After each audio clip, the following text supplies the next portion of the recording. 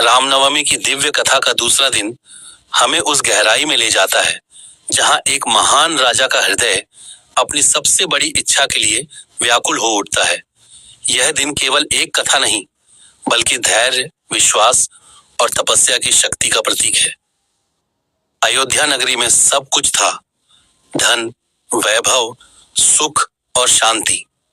राजा दशरथ एक आदर्श शासक थे, जिनके राज्य में प्रजा खुशहाल थी, चारों ओर समृद्धि थी। लेकिन राजमहल के भीतर एक ऐसा सन्नाटा था जिसे कोई नहीं देख पाता था। वह सन्नाटा था संतान की कमी का। राजा दशरथ के 3 रानियां थीं, माता कौशल्या, माता कैकेयी और माता सुमित्रा। तीनों ही रानियां अत्यंत गुणी और धर्मपरायण थीं। फिर भी वर्षों बीत जाने के बाद भी उनके जीवन में संतान का सुख नहीं आया। यह बात धीरे धीरे राजा दशरथ के मन को तोड़ने लगी। हर दिन जब वे अपने राज्य के बच्चों को खेलते कूदते देखते, तो उनके हृदय में एक टीस उठती। वे सोचते, क्या मेरे जीवन में कभी ऐसा दिन आएगा जब मैं भी अपने पुत्र को गोद में उठा सकूंगा? यह प्रश्न उनके मन में बार बार गूंजता रहता। दूसरे दिन की कथा में हम देखते हैं कि यह पीड़ा अब केवल एक भावना नहीं रही, बल्कि यह एक संकल्प में बदलने लगी। राजा दशरथ ने ठान लिया कि वे अब केवल प्रतीक्षा नहीं करेंगे, बल्कि इसके लिए कठोर तपस्या करेंगे। एक सुबह जब अयोध्या पर सूरज की पहली किरण पड़ी, राजा दशरथ ने निश्चय किया कि वे अपने जीवन का सबसे बड़ा प्रयास करेंगे। उन्होंने राजसी सुख सुविधाओं को त्याग कर ईश्वर की आराधना में स्वयं को समर्पित करने का निर्णय लिया। उन्होंने अपने गुरु वशिष्ठ की शरण ली। गुरु ने उन्हें समझाया कि केवल इच्छा करने से कुछ नहीं होता, उसके लिए सच्चे मन से तप और भक्ति करनी होती है। उन्होंने राजा दशरथ को मार्ग दिखाया, ईश्वर की भक्ति, संयम और धैर्य का। राजा दशरथ ने अपने राजसी वस्त्रों को छोड़कर साधारण वस्त्र धारण किए। वे महलों की चकाचौंध से दूर एक शांत स्थान पर जाकर बैठ गए। वहां उन्होंने ध्यान लगाना शुरू किया। उनका मन अब केवल एक ही उद्देश्य में लीन था, ईश्वर को प्रसन्न करना और संतान प्राप्ति का आशीर्वाद पाना। दिन बीतने लगे, लेकिन राजा दशरथ की तपस्या में कोई कमी नहीं आई। वे भूख प्यास को भूलकर केवल भगवान का नाम जपते रहते। उनके हृदय में एक अटूट विश्वास था कि उनकी सच्ची भक्ति एक दिन जरूर रंग लाएगी। इस दौरान रानियां भी कम व्याकुल नहीं थीं।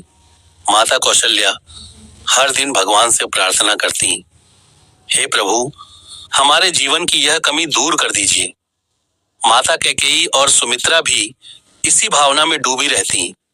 पूरा राजमहल एक ही प्रार्थना में लीन था।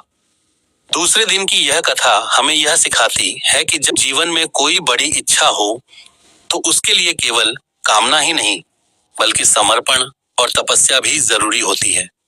राजा दशरथ ने यह साबित कर दिया कि सच्चे मन से की गई तपस्या कभी व्यर्थ नहीं जाती। धीरे धीरे उनकी तपस्या का प्रभाव वातावरण में भी दिखने लगा। ऋषि मुनि भी उनकी इस भक्ति को देखकर प्रभावित हो गए। ऐसा प्रतीत होने लगा कि उनकी प्रार्थना अब देवताओं तक पहुंच रही है। कथा के इस चरण में एक अद्भुत भाव उत्पन्न होता है, आशा और विश्वास का।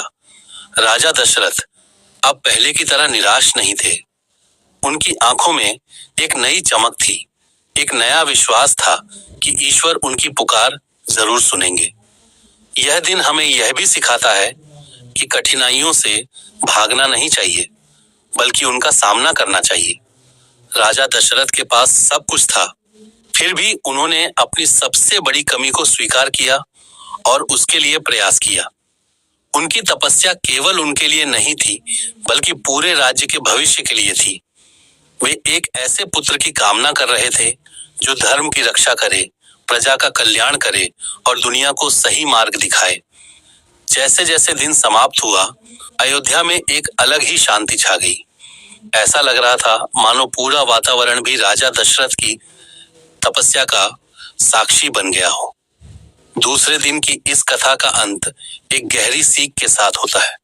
जब इंसान अपने लक्ष्य के लिए पूरी निष्ठा और समर्पण से प्रयास करता है तो ईश्वर भी उसकी मदद के लिए रास्ते खोल देते हैं।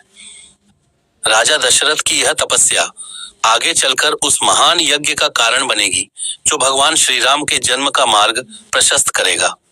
यह दिन उस दिव्य यात्रा का एक महत्वपूर्ण पड़ाव है जहां एक राजा की इच्छा, उसकी भक्ति और उसका विश्वास एक साथ मिलकर चमत्कार की ओर बढ़ते हैं।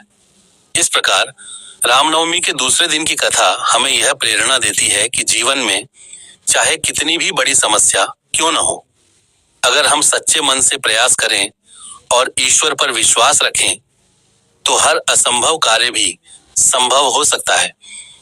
ऐसे ही और कहानी और कथा सुनने के लिए हमारे चैनल को लाइक, शेयर, फॉलो और सब्सक्राइब करें। धन्यवाद।